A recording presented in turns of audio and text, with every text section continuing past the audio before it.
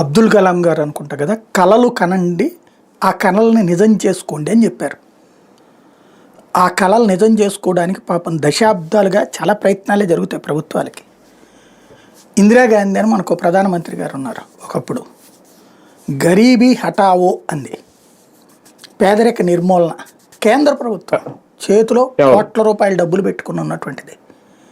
చివరికి పేదరిక నిర్మూలన కాకపోతే ఆనాడు అటల్ బిహారీ వాజ్పేయి లాంటి వాళ్ళు నిలదీసిన పాయింట్ అదే, గరీబీ హఠావోనా గరీబోంకా హఠావోనా అని. పేదల ఆత్మహత్య చేసుకు చనిపోతుంటే పేదల్ని నిర్మూలించడం ద్వారా పేదరికం నిర్మూలిస్తారా ఏంటి మీరు అని. అంతే అంతే కదా. అలాగే రాజీవ్ గాంధీ బేకారీ హఠావో అని నినాదం తీసుకొచ్చారు.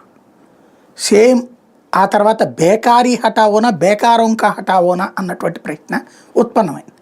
ఎందుకంటే పేదరిక నిర్మూలన అనేటటువంటిది ప్రభుత్వాల యొక్క బాధ్యత. అది ఎలాగా? తన ప్రభుత్వ కార్యకలాపాల ద్వారా. ఒక మనిషి పేదవాడు ఎందుకు అవుతుంటాడు? తన పుట్టుకతో తనకు ఆర్థిక స్తోమత లేక.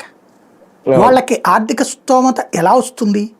వాళ్ళు మంచి చదువుకుంటే, వాళ్ళ వైద్యానికి పెద్దగా ఖర్చు లేకపోతే, ఉపాధి అవకాశాలు ఉంటే